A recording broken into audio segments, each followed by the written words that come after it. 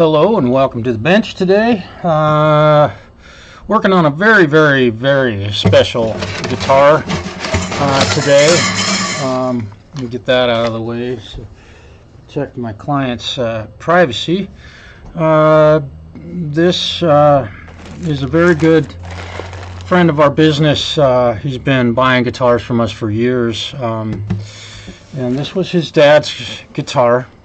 And his dad recently passed away, and his dad, obviously, as you can tell, is a left-handed guitar player, right? It's left-handed to me, so normally the pickguard would be over here, of course. And so we're converting this to a right-handed guitar, and obviously I've done a lot of work thus far. If you know much about the guitars, in that I have filled the original slot for the saddle with a piece of rosewood. You can kind of see it right here, maybe a little lighter color. I tried to match it as good as I can, but that was a difficult task, and no, that's not that important. So currently I am working on getting the saddle set up correctly so that this guitar, the intonation and all of that is proper, and then we'll start working on the string action. We'll probably do that first, and then we can do the string action. So we're gonna just dig right into it here, and I'm multitasking today because also I'm shooting lacquer at that guitar over there because it's got a new decal on the headstock, given the old one was removed by someone else who did some work on it, and some damage that occurred to that poor guitar. And so let's just get going here. I'm gonna wire this low E string up, and you know, and before I tighten that up, what I'm gonna do is check our neck, how straight our neck is. 24 3/4 inch scale, which I had already flattened this thing out. I just double checking my work here. This still looks really flat. I'm checking on the opposite side, and we need to flatten this neck out just a little bit more. There's a little bit of underbow in it, so we're going to turn the truss rod. Okay. Oh, where's my special handy dandy tool? I'm really good at setting something down and having it vanish. I need my 4mm hex key. Where did that go? Forgive me for the interruption. Hey, brother Richard. Hello, man. I hope you're doing well today. Let me see. Where? Probably sitting right in front of my face somewhere. There it is. It's right where I put it in my toolbox there.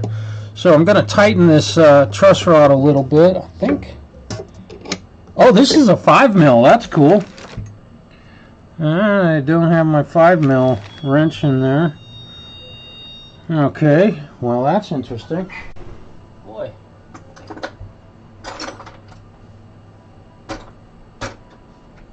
Okay.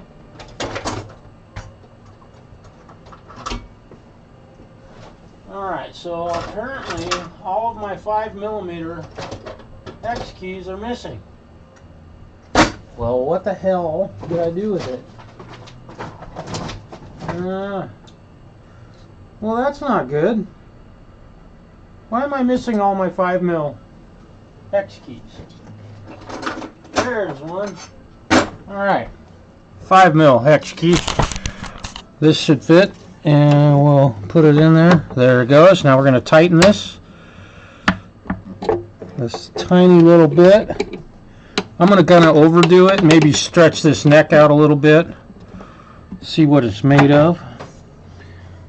Check it over here again.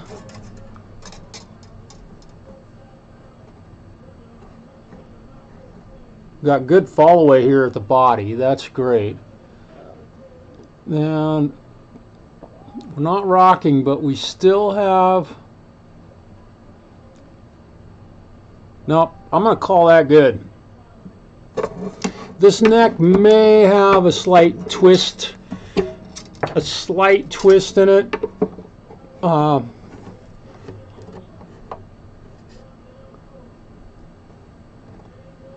going to back that off just a hair. I went too far, got a little aggressive. There we go. Let's there we go. I'm going to just move it that far, and we'll call that a day. Now, let's cinch this baby up and see where our string action is at.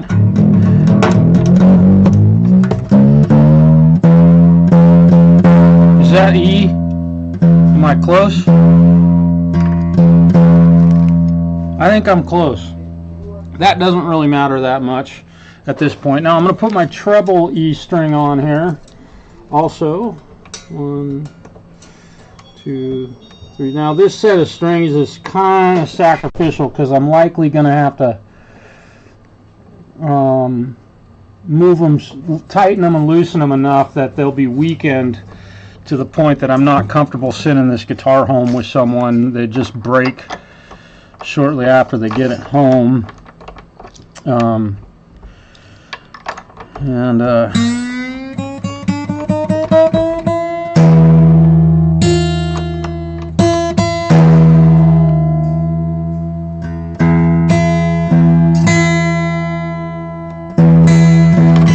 we go. I just want to check, see how close my ear is. See if my ear is still working in relative pitch. I'm probably pretty close. Holy smokes, look at that.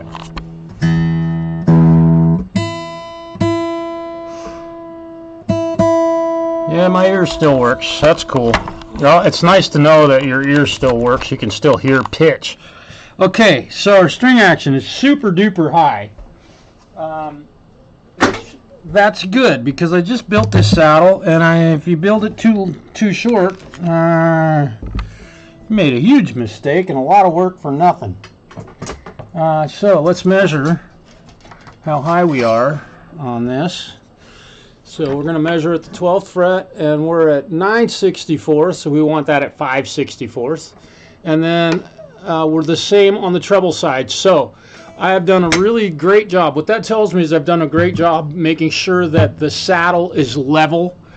Both the slot that I cut in this is cut to the same depth, and that the bottom of this saddle is very level.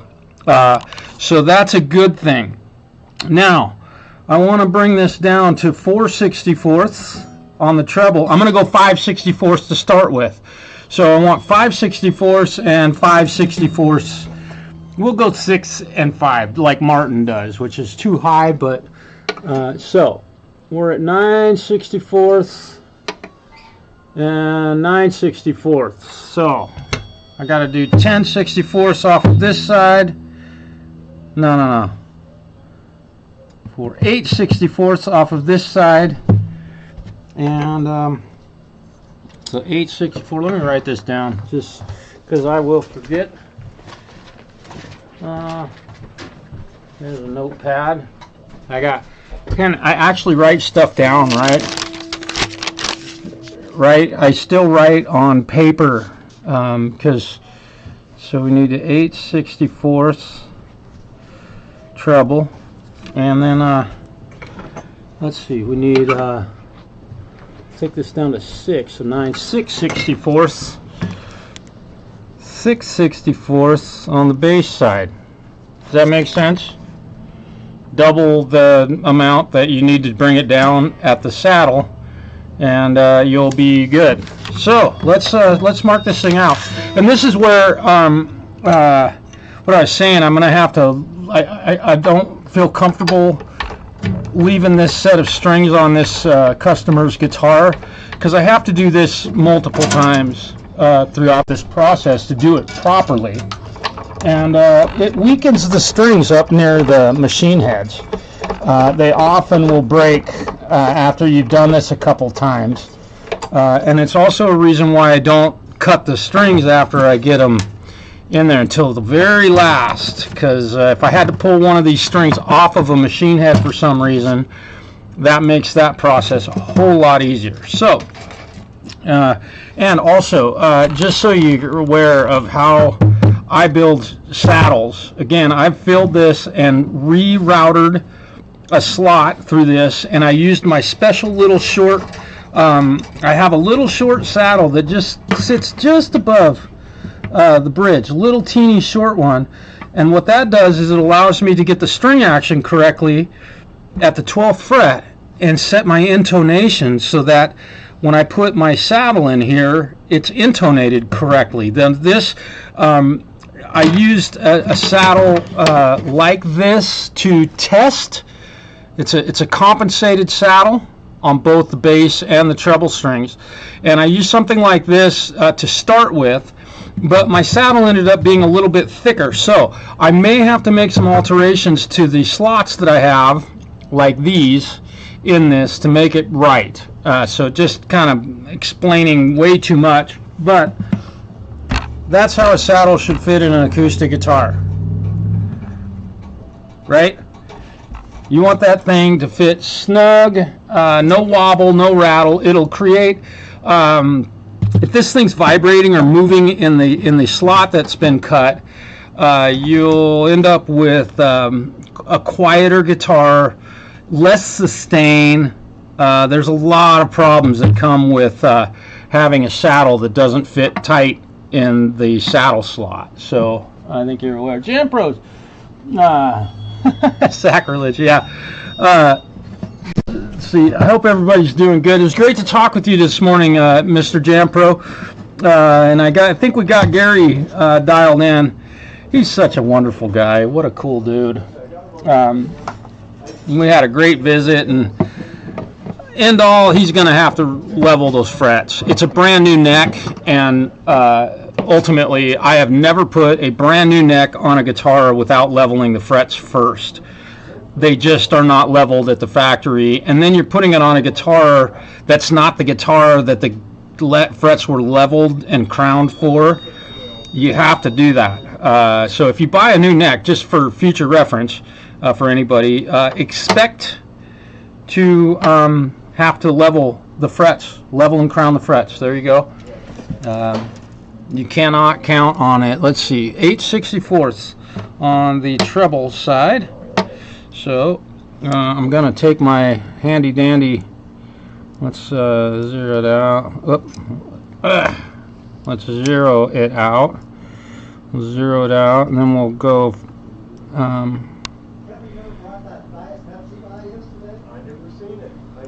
fraction of an inch. We want 8/64ths, which is, what is it? 1/16? 16 times 4? 1/16. Right? Is that right? 8 times 4, yeah. So we're going to take a 1/16 of an inch off of the treble side, and we'll do this by, I'm going to go ahead and mark this again.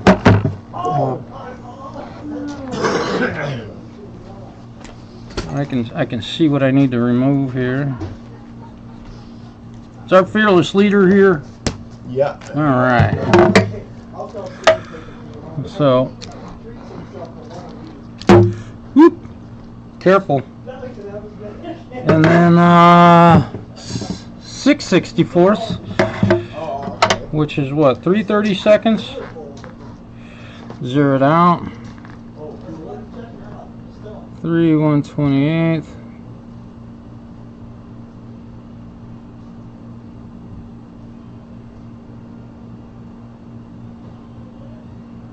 Wait. 8/60. Am I doing math correctly here? 8 would be 1/16. 6/64ths would be less than 1/16. It would be 3/128, right?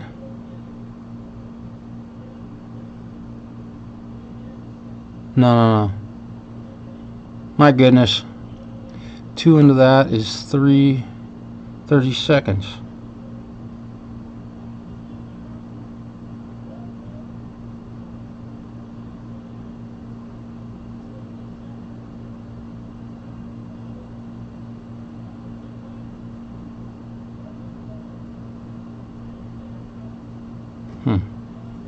I think I did my 8/64 incorrectly. That looks right. Yeah, I did mark the other one incorrectly. My math skills have slowed.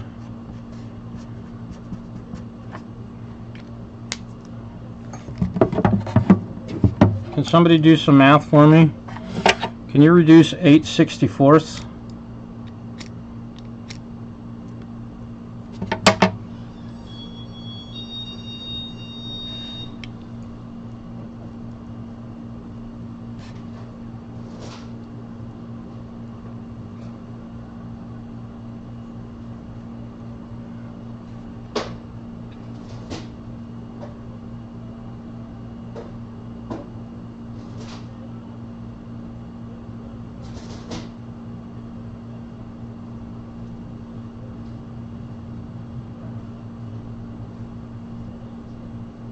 What's 1/8? That's where it is. Okay. Good grief. Alright, so there's where I need to cut my saddle down. I know this is fun. You've seen me do this 100 times, but maybe if you don't have somebody close by to you that has the ability to do this stuff, that this will show you how to do it yourself if you have to turn a left-handed guitar into a right-handed guitar, or just get your saddle string action proper. Now the string action, I'm hoping, is going to be a little bit high on this when I'm done, so that I can sneak up on it. I don't like hurrying on anything. That's true for all activities in life. Don't be too fast, right, fellas? Okay.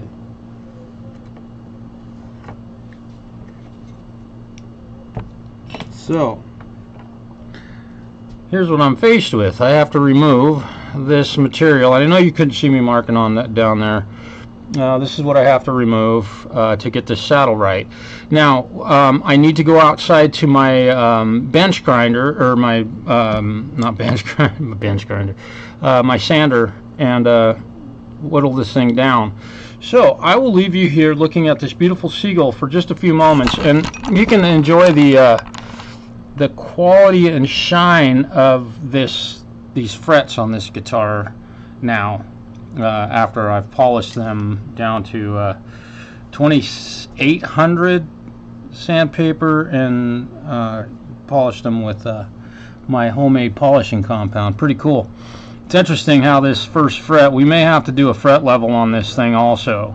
But we're going to preface all of that by doing this. So give me a minute here and I'll be right back.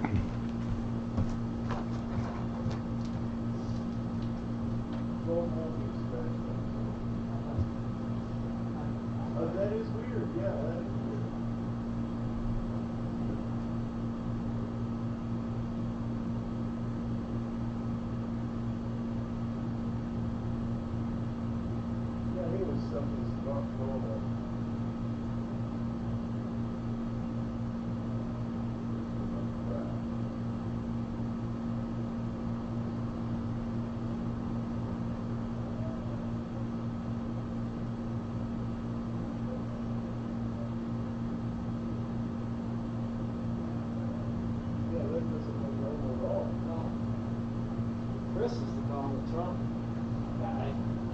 That looks like his.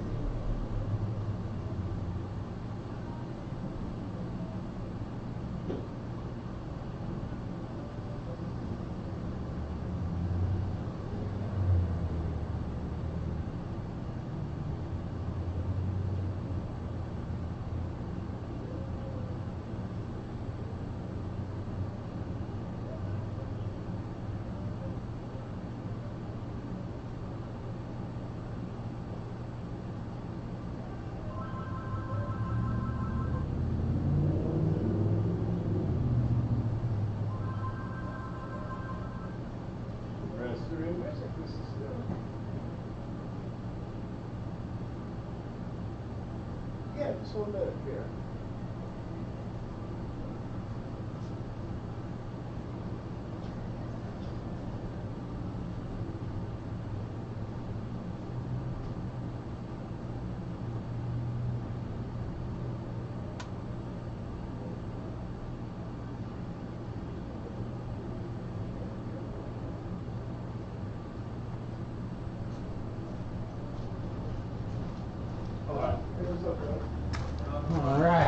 So that wasn't too bad. Now when I do that, I often recommend that you leave the line. As you can see, I left a bit of my pencil mark there. So we'll put the saddle back in here. And this one, I actually have to tap with a hammer to get to sit properly, which is awesome. All right, let's hook this string back up, and I'll check the messages here. I'll check the chat here in a minute. Now, you guys, I gotta try and stay on task here with this one, but it was fun this morning talking with Gary. He's a very new friend of mine, and we haven't spent a lot of time online talking and such, but he's a hell of a guitar player, just a sweetheart. But he's really excited about actually taking on doing a fret level.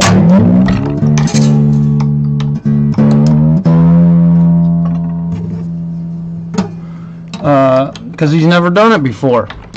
So I know this. I'm trying to keep my camera guy focused here, but he drinks a lot still. I don't know. That will probably never end. Okay.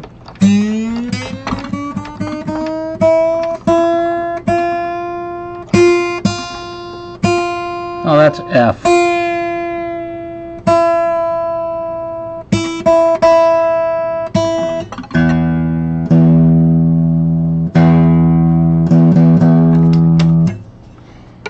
And 6/64ths, and we'll call that 4.5 64ths. So I am really liking where that is. So let's check our intonation and see how our compensated saddle is doing. I'm just going to use my snark for the time being. This will get me closest. Holy smokes. Nailed it.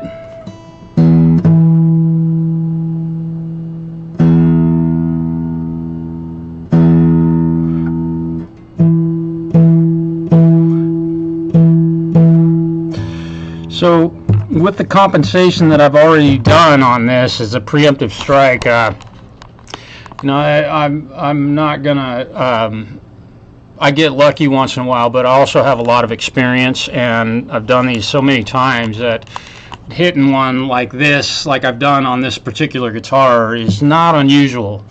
If it's your first time doing something like this, or if you've never tried doing something like this, that's what the whole point of my channel is to help you be able to do things on your own.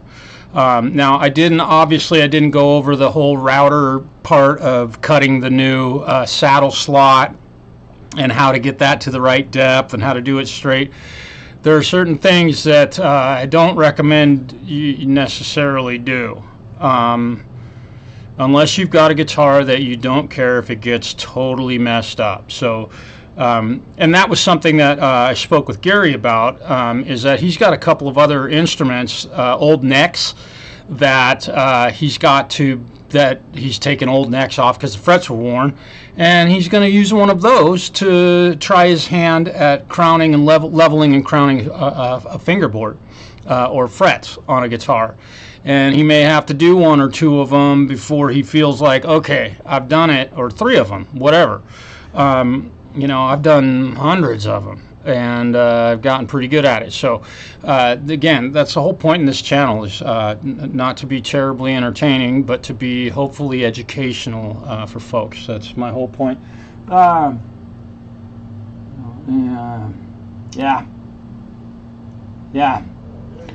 And that's funny because that point right there, Justin, forgive me for not reading the messages, but we had a discussion about that, and dude, it's amazing how a guitar that you're familiar with feels after you've had the frets level and crown, if it's been a few years.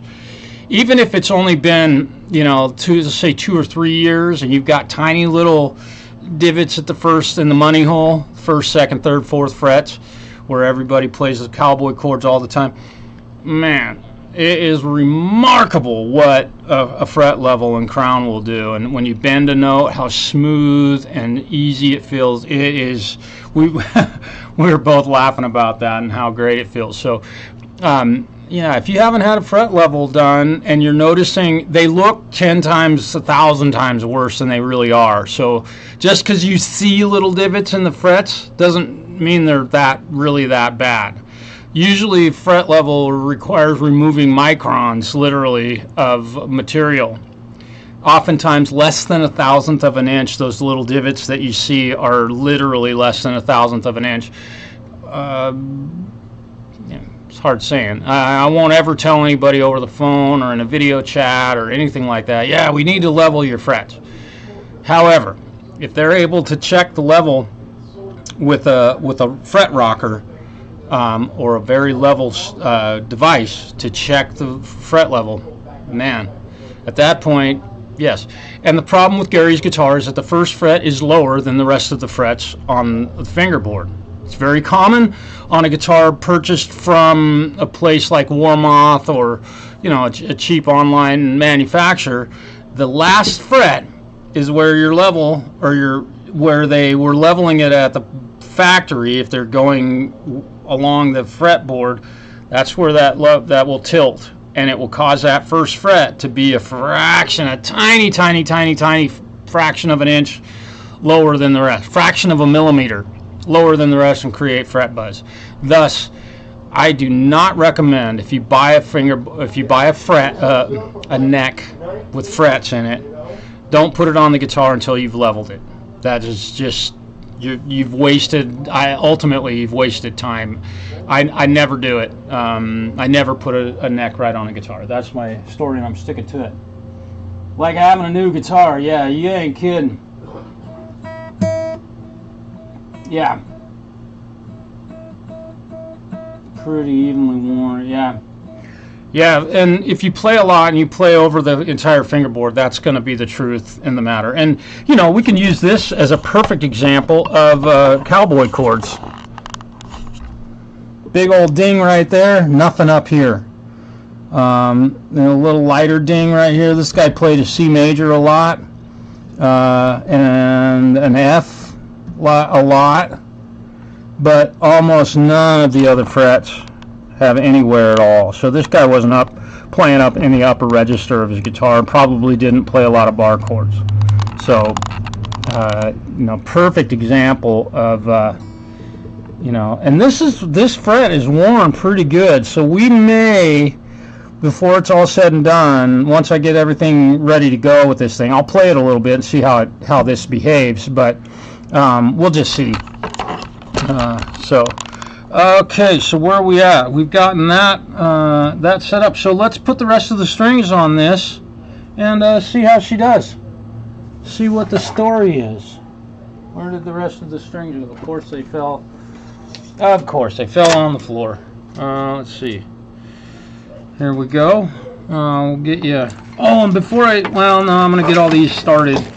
We'll go over and shoot some lacquer on my on that beautiful Martin that we've done a bunch of work on. And also, that Martin doesn't have a pickguard on it currently, but we're going to what string is this? This is the I'm putting some Everleys on this guitar just right out of the gate today. Just they're a little bit more affordable set of strings, so I'm not, you know, wasting, you know, a set of strings, a $5 set of strings. But these may stay on here. It just depends on how much more work I have to do. And oftentimes I'll start off with the string action a little bit high and allow the guitar, the owner, to play the guitar, because some guys do actually like high string action. Not everybody wants the strings touching the frets with 0 fret buzz. Here we go. We'll get up here. Oh, and before I do this, let's point you over here. I got to make sure Cheryl Crow's not in the video. Yes, I'm still. I'm watching my. Okay. Let me get my, let's see. There we go. Look at that. That is, my camera guy is actually probably getting pretty sober today. Let me see if I can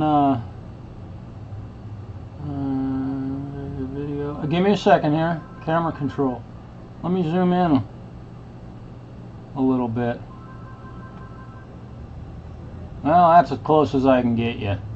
Although I am going to fix the focus. There we go.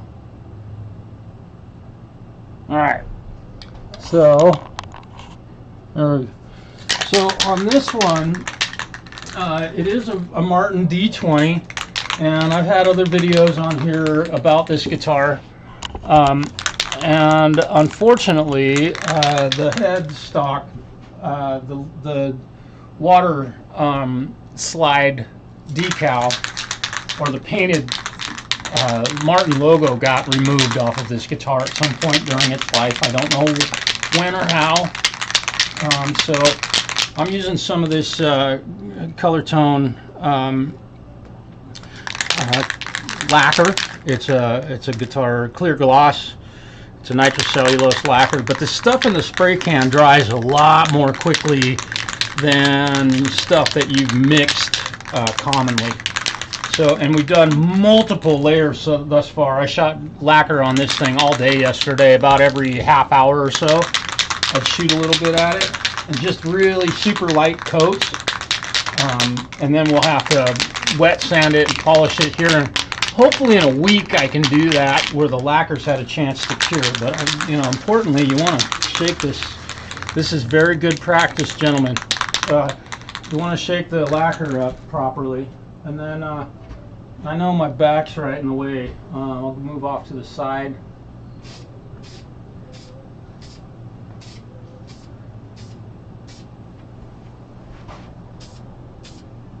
Oop.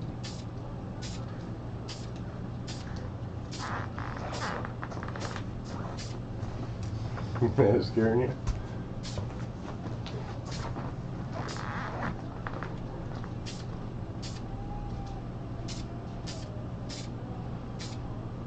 Okay, that's it. Just a couple of really light mists.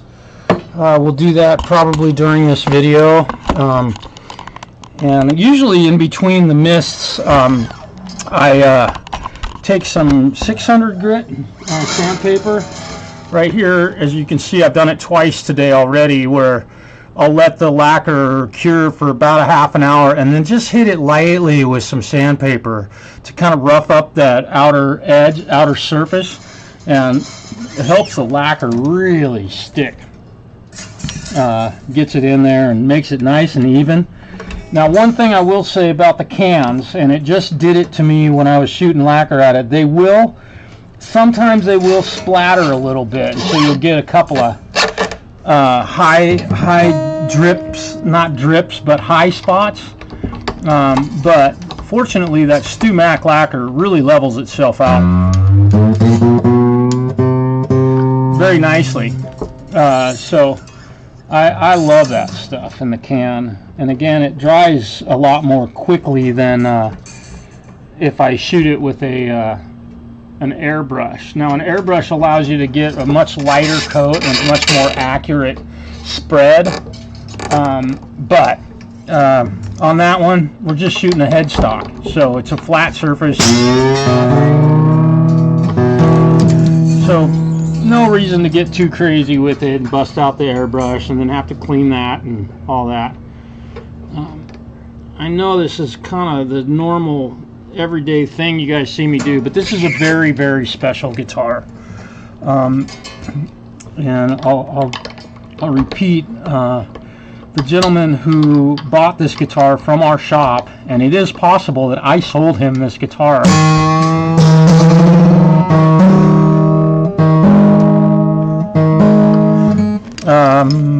15 years ago. It's possible. He's no longer with us, and I'm doing my best, not doing my best, I'm doing everything I can to keep all of the original parts on this guitar. Now, unfortunately, when I routed out the new saddle slot, I was hoping to use the original saddle and just flip it around. Unfortunately, I'm not able to do that. So, let's check.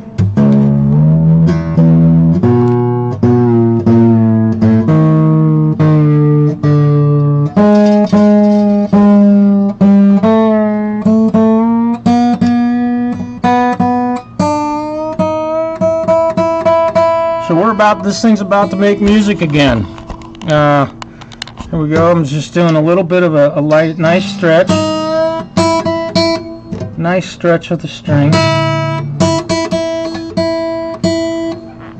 You got enough lacquer on that thing there, buddy? I would start trying. I know that you don't want to hear this, but it's starting to really. Is it getting heavy in here? Bad in here. Okay. Yeah. Okay. But I was leave the front door open. I mean, it's nice outside. Yeah, but I can smell outside, so that's okay. The whole reason I mentioned it. But yeah, I know how it is when you're trying to build it up. Boy, I'll tell you, it takes a lot. Yeah. So when I shoot some more lacquer on that, I'll take it outside and do it. Yeah, just take it out right now, and then you can bring it back in. Sure. Yeah, no problem. Well, I've been huffing on lacquer fumes since I was 3 years old. It is pretty strong, isn't it? I've gotten used to it. I've shot it on there several times a day. Like this morning, I was in here 2 minutes. I was already nose blind to it. I went outside. Yeah. And I came back in and neat. Wow, making some progress. Yeah, man. Check it out. It's rock solid, buddy. That's what you want to do. Yep. It's fun to show my journeyman the fine work that I've done on this thing. I gotta be honest. That guy is the best in the business. Thanks, I appreciate it. I think you're mistaken. I think you're looking in the mirror. You should have a mirror. You're saying that. Awesome. This is going to be great. He taught me everything I know. Not everything he knows.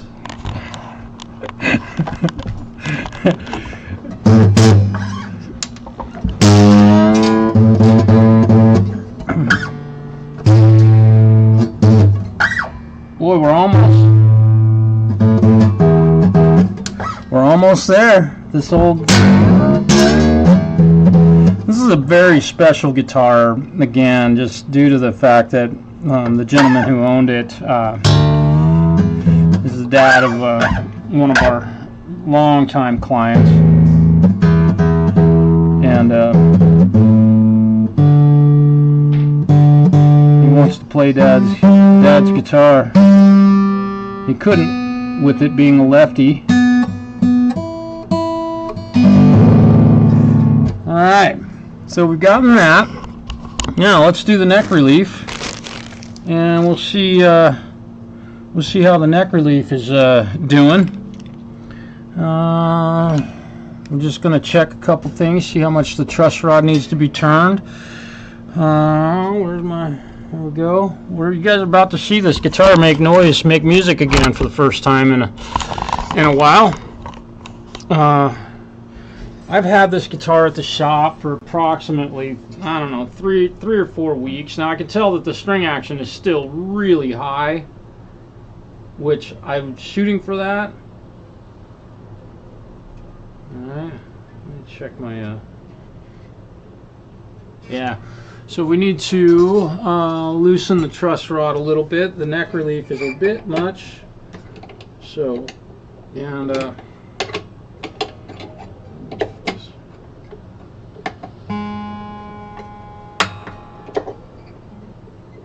loosening the truss rod to create more neck relief. Just a couple of small moves. Now the string action again is really high on this thing right now, which is fine. I love these Seagull guitars. The truss rods always work so great. Alright, so there is our neck relief is looking really good, and The string action after getting all 6 strings on it is way too high. 7/64 and 6/64, which I would never return a guitar to anybody with this string action this high unless they were playing slide guitar. But what's the first chord I should play?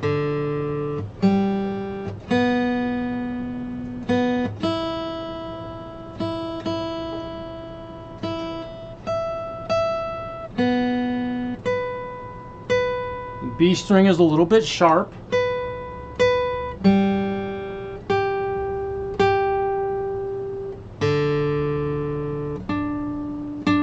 Boy.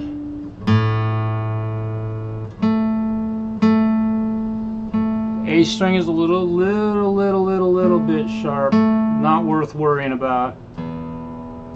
And also,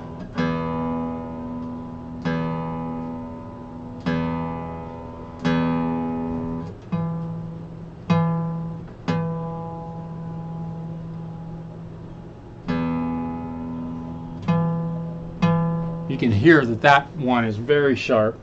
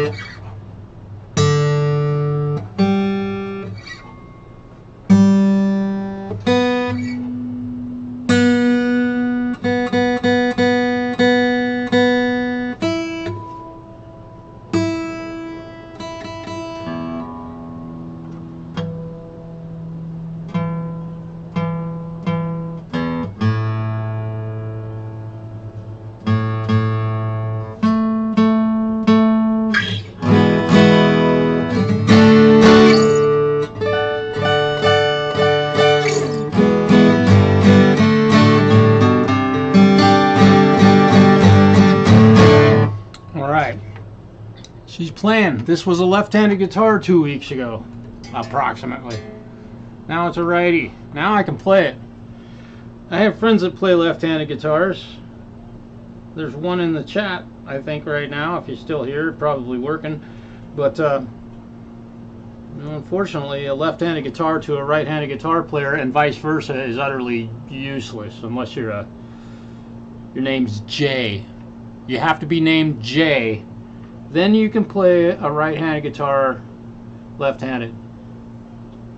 So we still have excellent neck relief, but our string action is at this point really high. So let's fix that. And we'll see where we're at. Time here. Looks like my camera's not cutting out on me today, which is awesome. Again, I hope everybody's having a really great Thursday. I have a lot of students coming in this afternoon, so really looking forward to that.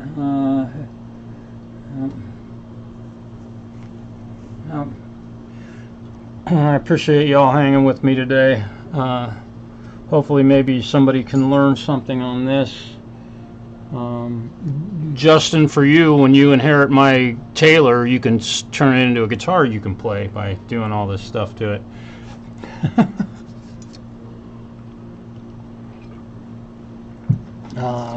Okay, so let's readjust our string action on this thing. We are at 8/64, so I need to drop that 3 at the 12th fret, which means I need to do 6/64. I need to remove 6/64 on the bass strings. Same as here.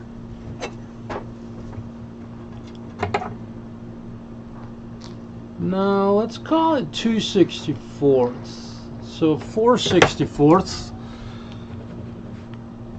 4/64 on the bass strings, and then we want to bring this down to 4/64, and we are at 5, 6, 7. So we need 3 6/64. We're at 2. We'll call it 2/64. 4/64 on the treble side. On the treble side. So 4 into 64 is 16th. So a 16th of an inch on both the bass and the treble sides. So here we go again. We'll loosen all the strings up. This is my favorite part of this whole. And they end up doing this like 3 or 4 times, but you gotta really be careful and sneak up on it. You go too far, you're building a new saddle.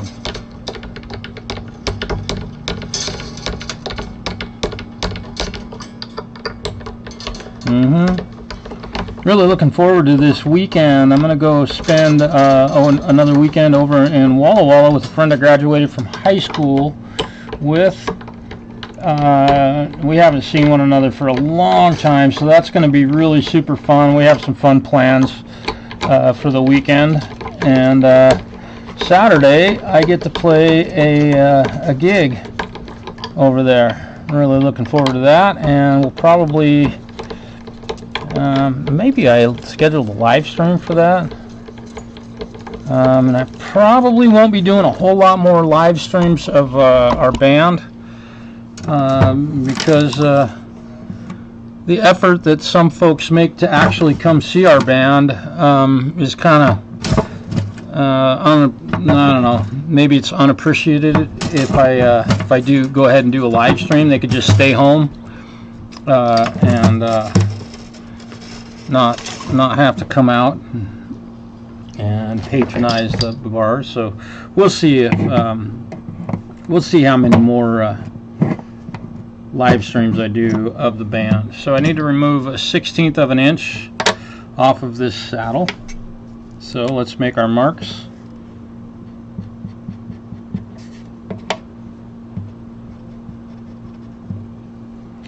One 1/16 of an inch. I think my oh no, let's turn this on 0 and we'll go 1/16.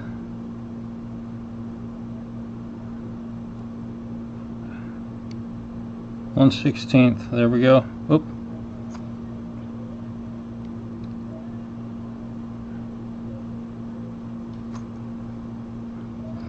So we're going to remove that much off of the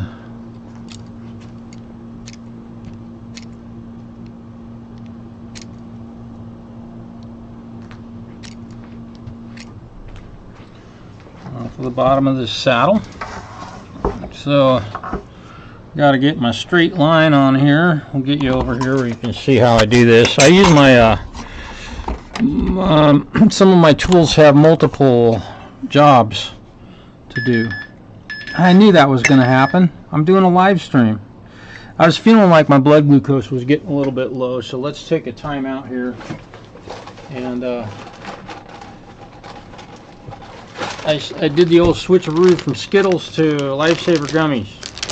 These are a little bit easier and quicker to eat. So forgive me for I don't like eating in front of people, but I can't feel too bad.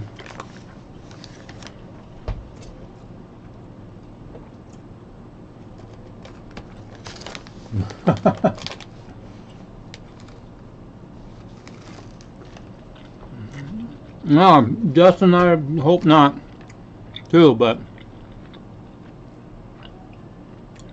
one never knows. But if you do inherit it, it's a beautiful guitar. Killer electronics.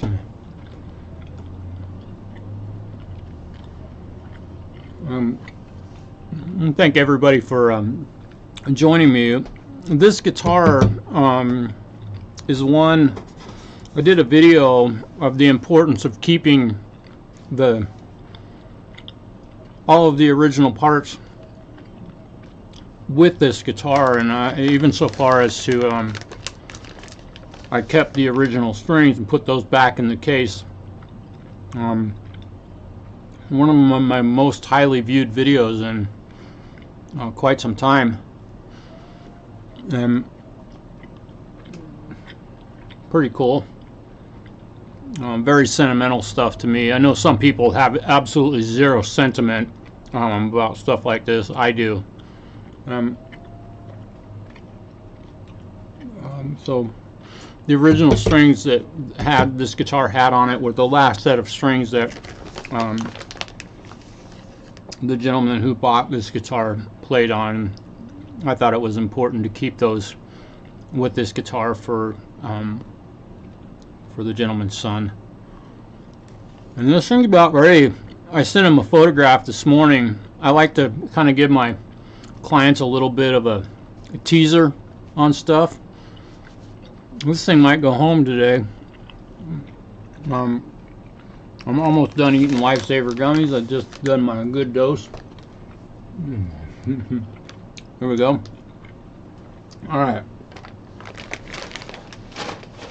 So back to it.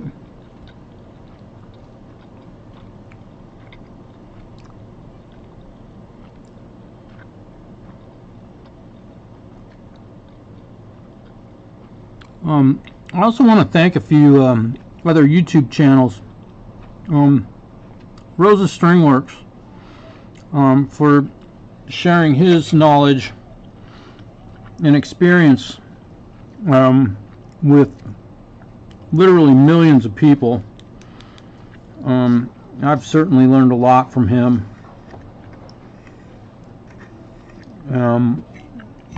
He's unfortunately done doing much in the way of repair videos, but this process that I'm doing right now is something that I learned from him. Now, our low E string was way sharp, and I do need to correct that. So let's take care of that right now while I've got the saddle off of the instrument. It was very sharp.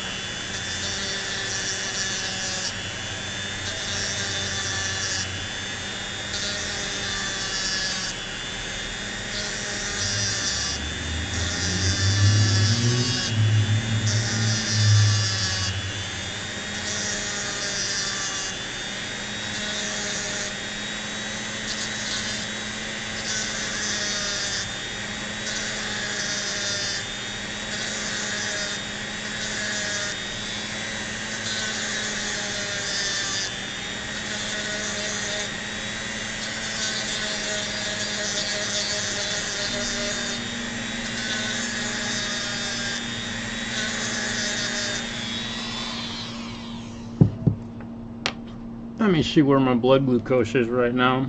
I'm getting an insulin pump, by the way. I'm lucky enough to be poor enough to get one for free. So that's kind of cool. I'm not afraid to admit it. In the state of Oregon, you have to be super poor to get the best insurance money cannot buy. So I'm lucky enough to have worked hard enough and get paid a small enough amount that I qualify for getting a free insulin pump, which is cool.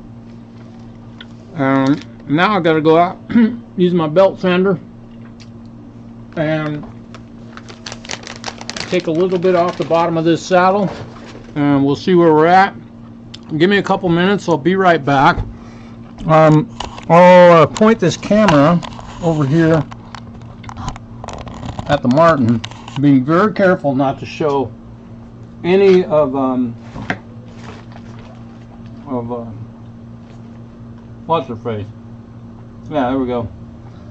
Let me tilt this up just a little bit. There you go. All right, I'll be right back. I'm gonna go remove a little material off the bottom of this saddle, and then we'll move forward.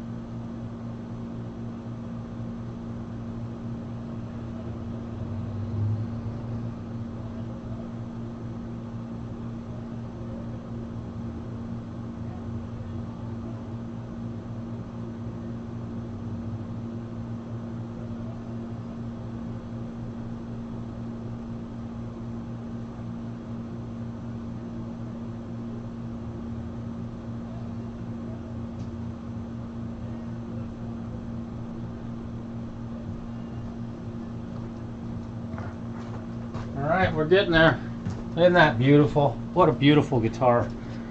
And the owner of that guitar also took it upon himself to order a pick guard for it. So I'll be putting a new pick guard on that guitar also. And should be a really beautiful guitar.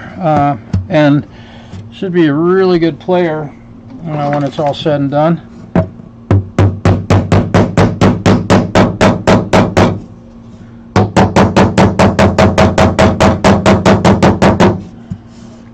Okay, let's string her back up.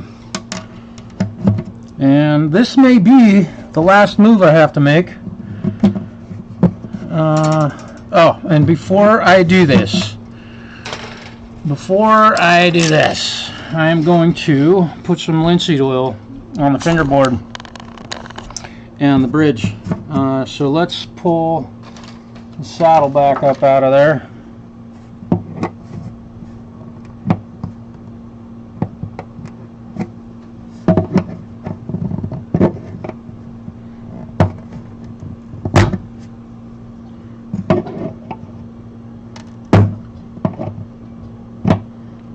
Boy, I made this so tight that getting the bridge, getting the saddle out of here is not an easy. It's not easy to do. Grab it out here in the middle. There we go. Okay. Careful. All I need to do is break that. That would be dumb. Okay, let's get some linseed oil on her, and we will call her just about done. Little tiny bit. There we go. That's way too much, as Derek would say. Perfect. All right. Who doesn't watch Vice Grip Garage?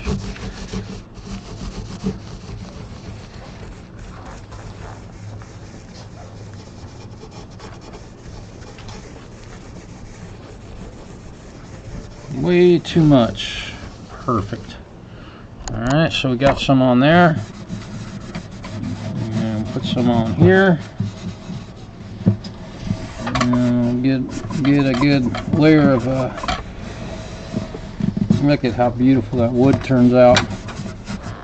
That is awesome. I love doing this. It's my favorite part. I say that on every video I get to do this on.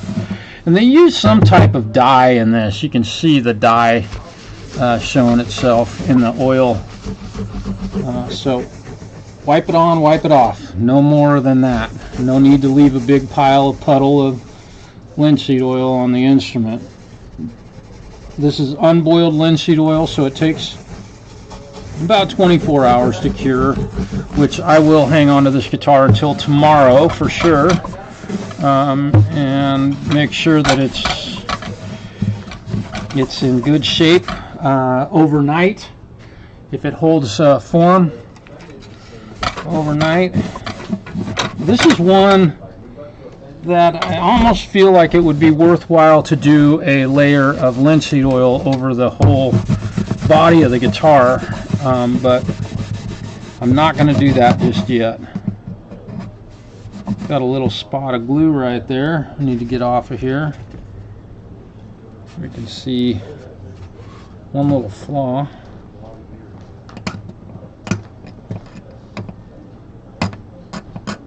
There we go.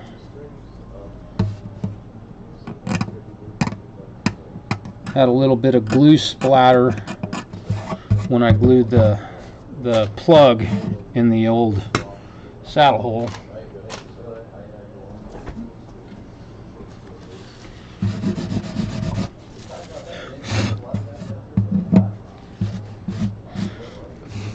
I wish I had done live streams of the rest of the work that I had done on this guitar, but unfortunately I didn't. Although sometimes it's better to maybe keep some secrets to myself, so that all right. You know what I'm saying, I think. Saddle. Now also, I'm going to go ahead and remove some of this discoloration, or the blue marker that I used on this.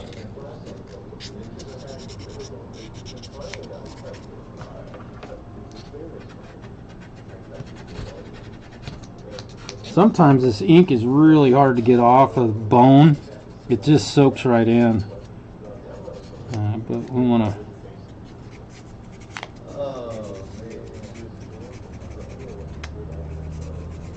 Oops, I know you can't see what I'm doing here. Trying to keep my camera guy focused here. He drinks way too much. I think he has fun. But I was telling him all things in moderation, buddy.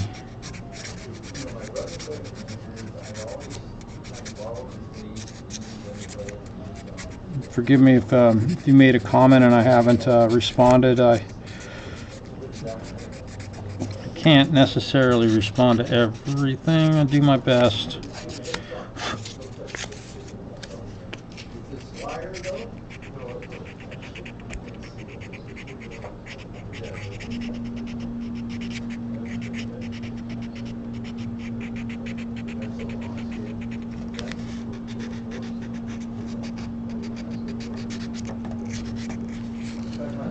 Go over this. This is 600 grit sandpaper.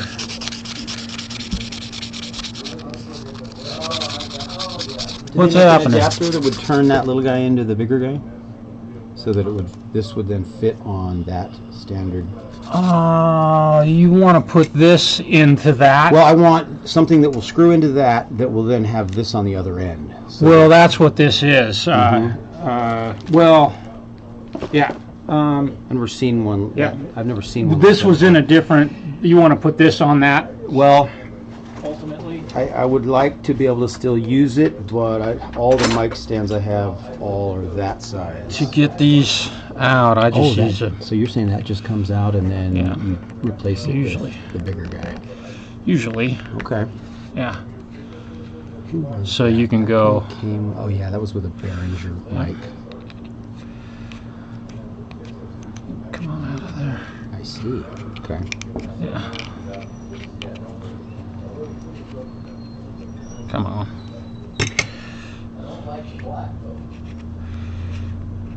I got amateur hour here, but You're so doing great.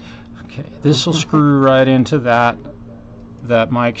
Well, no. Now I want to get rid of that. Now I guess I need that gold guy to go in there. That's not going to happen because I don't. No. Yeah. Oh, I So got you see it. what I'm Okay. saying? I wanted something that would turn that size into that size.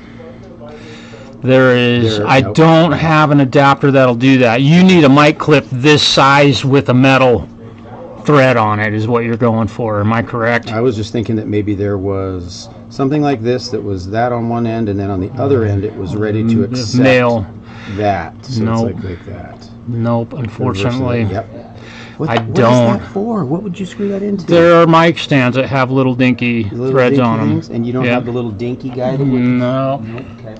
Nope, they're fairly unusual. Well, I will. And I those will. rarely get used. I know. I didn't realize this existed this size.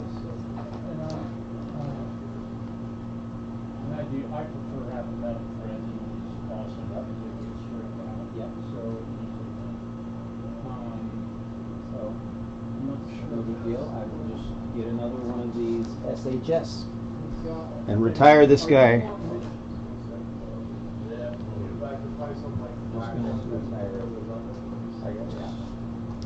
Yep, I'm gonna get these two. You get these two, and now I'm just gonna add another one. They're small enough to fit the microphone. These are all Okay, that's what you need? Yep, that's fine. This is the one I came from. This is the one that you read. So I'm gonna retire this guy. Okay, fair enough. Cool. All right, mic clips are fun.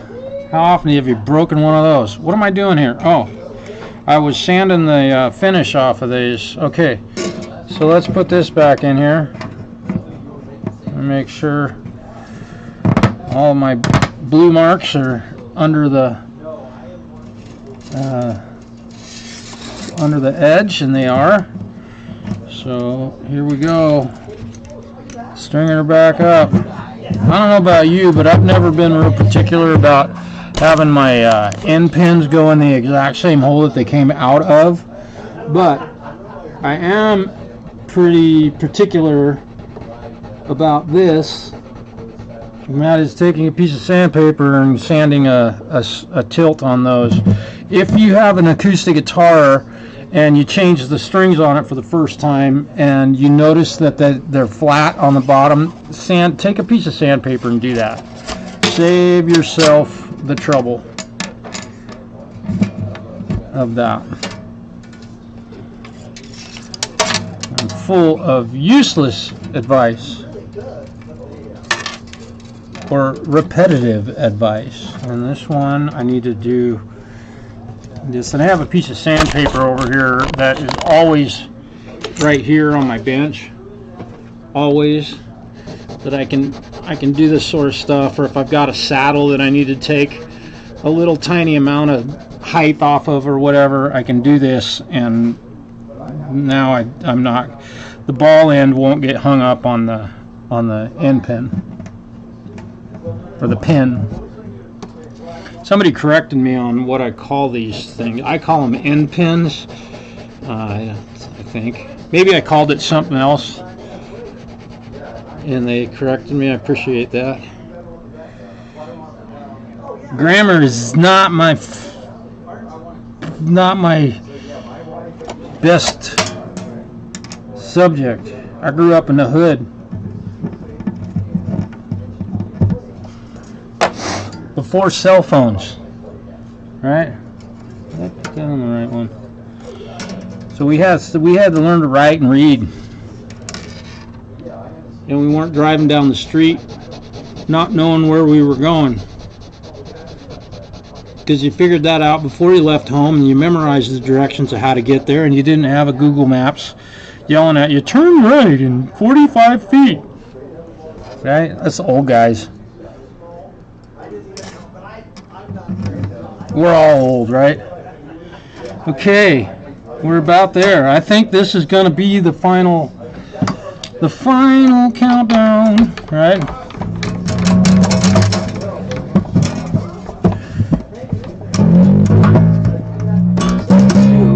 What's that? Yeah, so that just fits right on. That will fit on a regular mic That's what you stand. were talking about, the not wanting to have not metal to metal. Because Yeah. a little, you give it one little too much, and I like having metal threads on there Absolutely. because the plastic ones, one little too much. And Yeah, dude.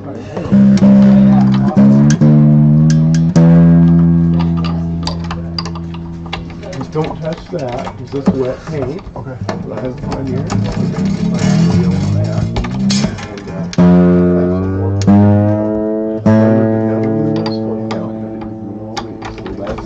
All right, we're. And it's just the regular basic. Oh, you're not gonna believe this. This is impossible, but never forget who you're messing with. Are you putting it in yourself? The D string literally wrapped around the A string. That will, I promise, that will never happen to any of you ever. Only me. That's what I'm the only person one I have right now would probably be an option would be that. on planet Earth that would happen to.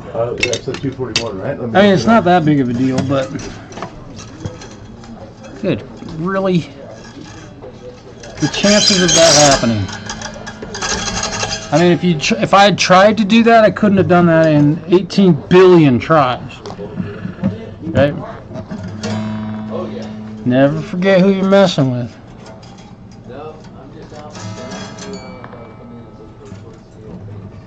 I'm the guy that drinks one can of beer and 2 hours later drives over to a buddy's house and gets stopped for a Dewey.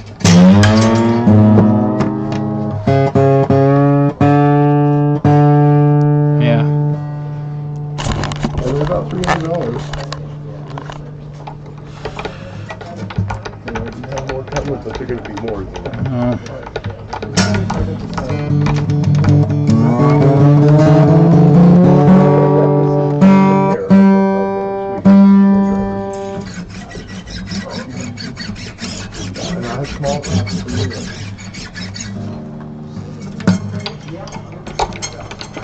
We're almost ready. We're almost ready. I kept the original nut in this guitar just to maintain its authenticity.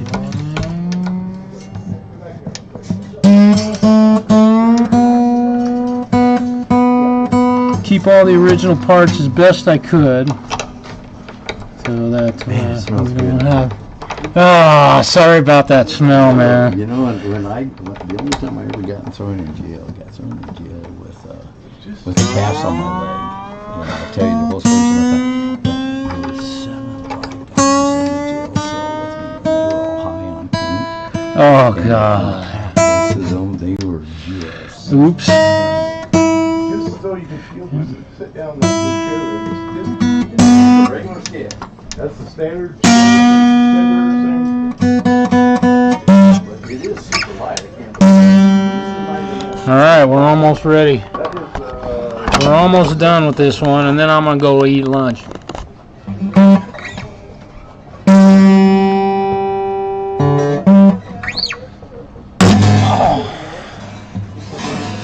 I was almost done. Got a little aggressive. I need a 25. Good Lord, Marshall. Slow down.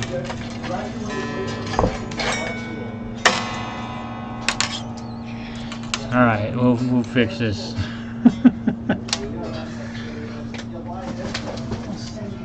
Interesting. My mic looks like it's still clipping. I don't think I have any filters on that. No, I don't.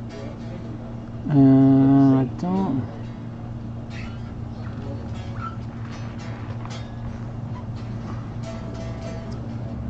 Yeah, okay. Alright, cool. Hang on, I'll be right back.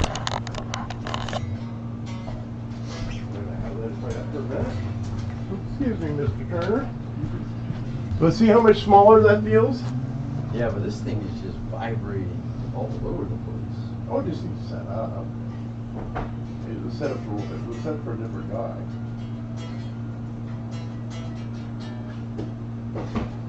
Yeah, I always do a fret level on bases when I sell them anyway. So how much did we say? That one, let me look it up here. That's a different price because that's the one for active electronics. That's a base which I can do. And what is the neck? But that's maple. You think it is? Oh, I'm positive it's maple. I'm 100% positive. Yeah, I would bet. That fits my hand, but it's still a reach.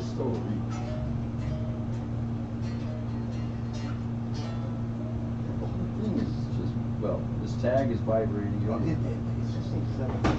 The idea was I set it up for a guy that was just playing it right through here. Yeah. And he didn't want it very high. So, yeah, I set it, set him up because I sold that, and I could sell it to you, and I could set it up. Okay, I might. Yeah, look it up. So you can see that's gray, and then I have the black one like I said too. Well, you don't have black or brown. Okay. All right. Well, why not? Let's do what's appropriate here. We're going to change these strings to the final set of strings that will be on this instrument. I'm just going to take a look at my handiwork here. 5/64ths and 4/64ths. That's pretty good. All right, so here we go. Let's just change the strings on this. So we'll try and set a land speed record for putting strings on the guitar. We'll go through this whole process one more time. I would have done this anyway, just because of having to put the strings on and off several times. I don't want him to get home and have him break a string the moment he gets there. That would be not cool. Even though, you know, the strings would have worked just fine. That's not cool.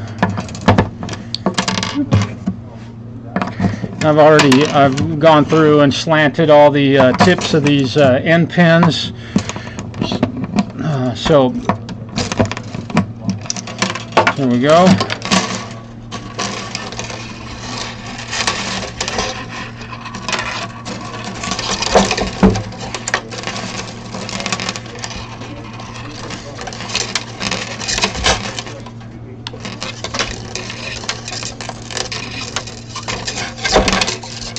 Up here working on this end of the guitar. We're almost done here. Almost done. Kind of cool, man. It's fun to get to work on stuff like this for friends. Almost like family. The guy that owns this guitar now is he's done a lot to help our community, and I'm not gonna say his name. You know, to protect his, but he's a really great guy, and are you kidding me? There we go. Alright, so this is going to be the longest string change I've ever done, just because I'm online, and that's the only time that it takes me longer than 2 minutes to put a set of strings on a guitar. And I'll be dropping the strings on the floor regularly throughout the string change here. Just so prepare yourself. This is going to take me 18 minutes to put a set of strings on an acoustic guitar. I'm joking. Hey Joe, what's happening? Alright, here we go. Here we go. We're almost there. We are so close, I can smell it. So this A string on this acoustic guitar is normally the diameter of an E string on a set of Ernie Ball Slinky 9s Super Slinkies. So just so you're aware.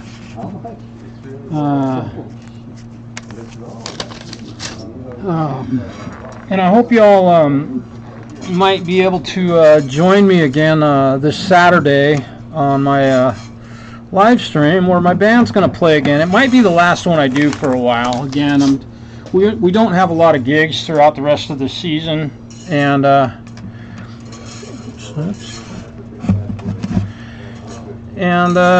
it takes a little bit of time and effort to put into doing that. So if you guys are up for watching some live music this Saturday at 7 p.m. Pacific Standard Time, I call it Pacific Daylight Time, which, oh, in Ireland, Johnny's dad. Hello, welcome to my channel, man. I don't know if I've ever said hello to you before, but welcome. And just if you got here late and you're not aware, this was a left-handed guitar, and I'll kind of give you an idea here real quick. You can see where I plugged the original saddle hole and routed out for the new saddle. That's an 1/8 inch wide saddle. And then I was able to keep the original nut on this guitar. It was left-handed, but the string action was high enough that it allowed me to cut the nut slots slightly deeper than they were. So you look at this original E, or this treble E string, and it's a really wide nut slot. You're like, good grief. Now I've cut it a little bit deeper with a 10 mil or 10 thousandths nut file. So that string is going to sit in there as if it was as if I had built this nut from scratch. So I was able to keep that and keep the string spacing the way it was. So there you go. A lefty turned into a righty is what we're doing here. And the guitar belongs to the son. It's owned by a very good friend of mine who's been buying guitars here at our shop for decades, and who was a servant of our community for many years. And again, this guitar belonged to his dad, and he lost his dad, and so we're taking Dad's guitar and turning it into a right-handed guitar so that his son can play this guitar for the remainder of its days on Earth. So that's kind of cool. Kind of a sad thing, but at the same time, it's beautiful to be able to bring something like this back to life for somebody, a very special thing.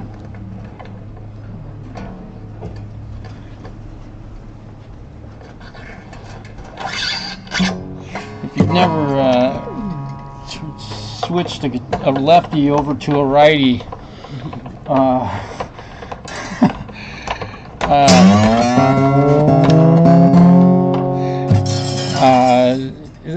it's funny. I say this when I talk about guys that build guitars. That is an awesome skill to have. It's a remarkable skill, and all the math and technical prowess and tools that you need to do it. However, fix one.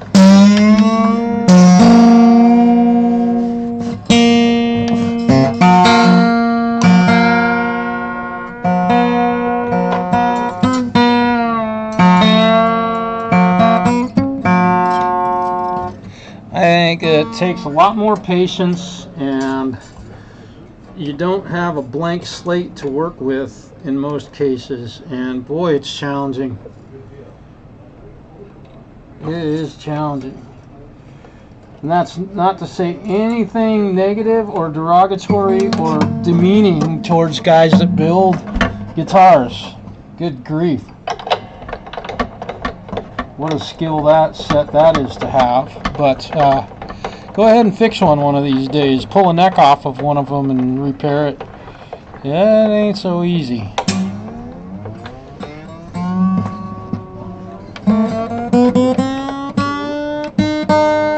Alright.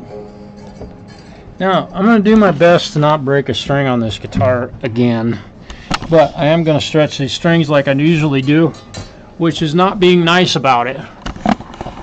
So let me get you up here. This seems to be a pretty good location to show you how I stretch strings. Come on.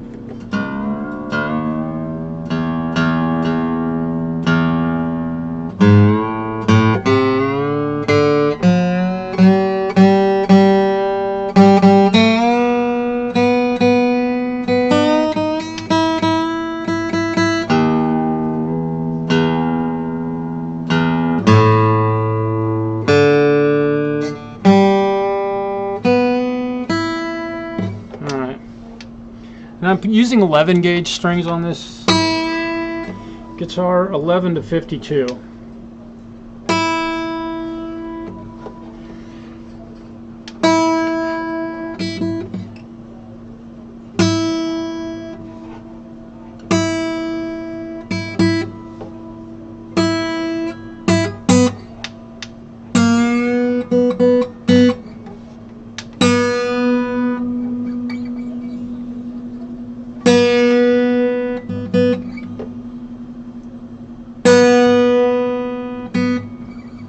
The B string is a 15.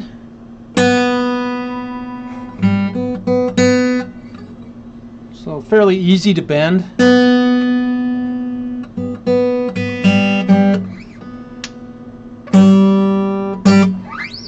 And broke the G string last time.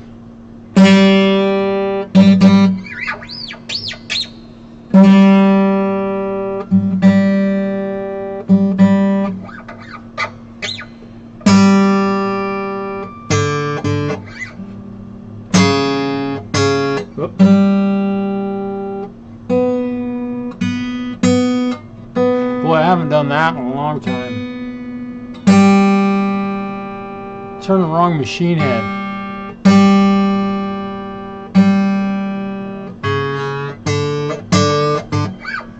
I can't believe I did that.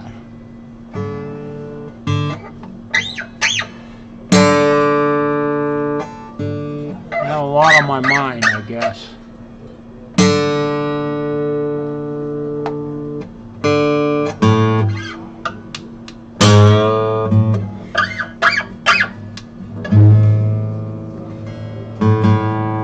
Working on guitars, you get a workout, man. You can't be a pussy.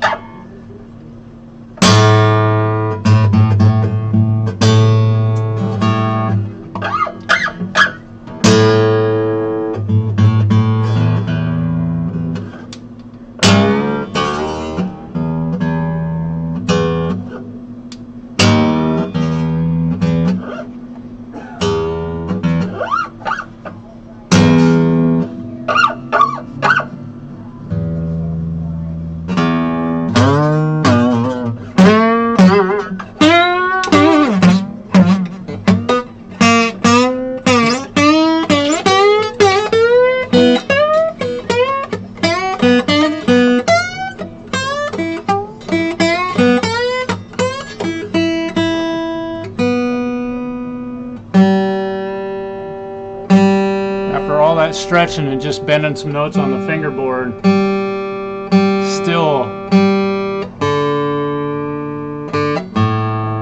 getting some stretch out of these things.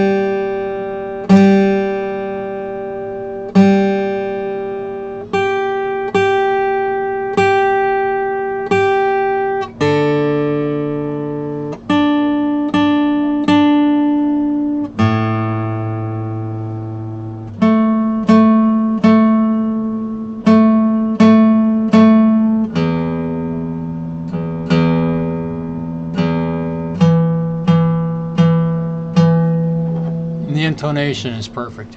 Yeah, isn't that great? Man.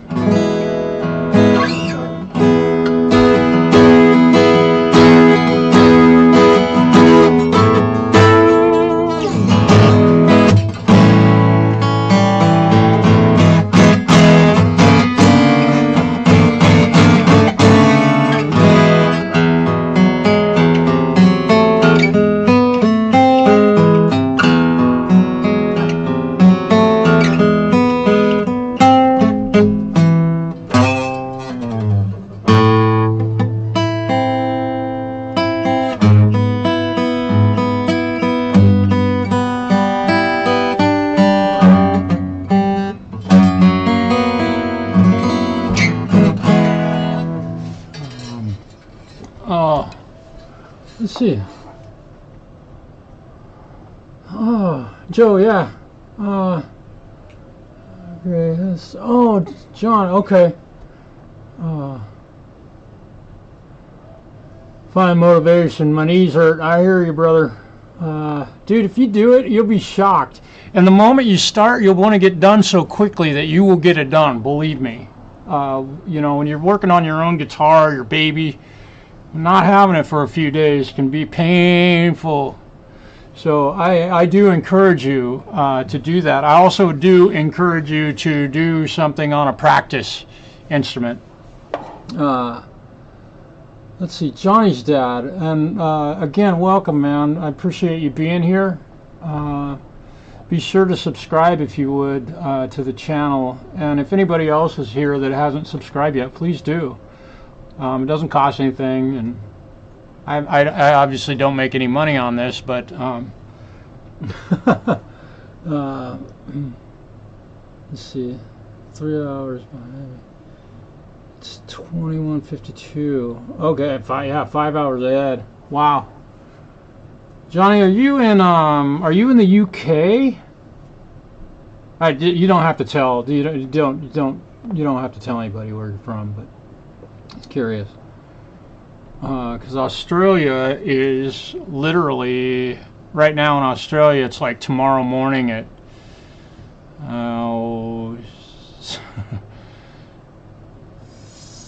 maybe 5 or 6 o'clock, 7 o'clock in the morning. Johnny's down. Oh, you're in the UK. Okay, so my guess was pretty good. I was just guessing. I'm kind of learning the world clock and what the difference is between where I'm located and the rest of the world due to the multitude of friends that I've made through my YouTube channel, which is I've met so many super cool people and been introduced to so much cool music. So, all right, so this guitar is pretty much done and ready to go. Again, the string action is a little bit, actually no it's not, it's perfect. It's 5/64 at the bass E, and it's 4/64 at the treble E, which is on my acoustic guitars, that's where I set it up. And I played it a little bit, but I can see also that my first fret action here on the B string, I need to adjust this. The B string is a little bit high, which I didn't really do that carefully. I just made a slot, a scrape in the bottom of those slots that were already too high, just so that the string was sitting in there properly. So I definitely need to adjust that.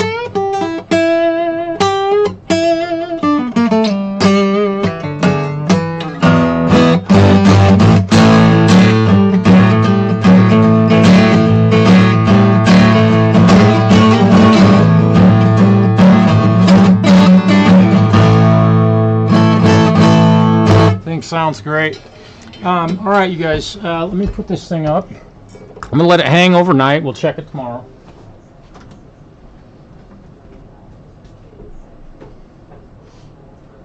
And cool thing is, after this, I get to take a photograph of it and send it to the owner of the guitar. So that's always a good feeling. I'm gonna head out. I got to go have some lunch. and then finish up my day with my guitar students that I have the rest of the afternoon, which I'm really excited about. I do have one that's missing because it's the first day of school, or first week of school, and they're doing some school clothes shopping out of town. So I'll miss seeing him today, but all the rest of them, I'm really excited. So thank you for tuning in today, and I appreciate your kindness. And again, I want to say thank you to my channel sponsors, Diet Pepsi, Ernie Ball, Bill. Thank you for your help and your support. Fender, Ibanez, and Gibson, thank you very much. I appreciate it. You guys have a wonderful day. Peace.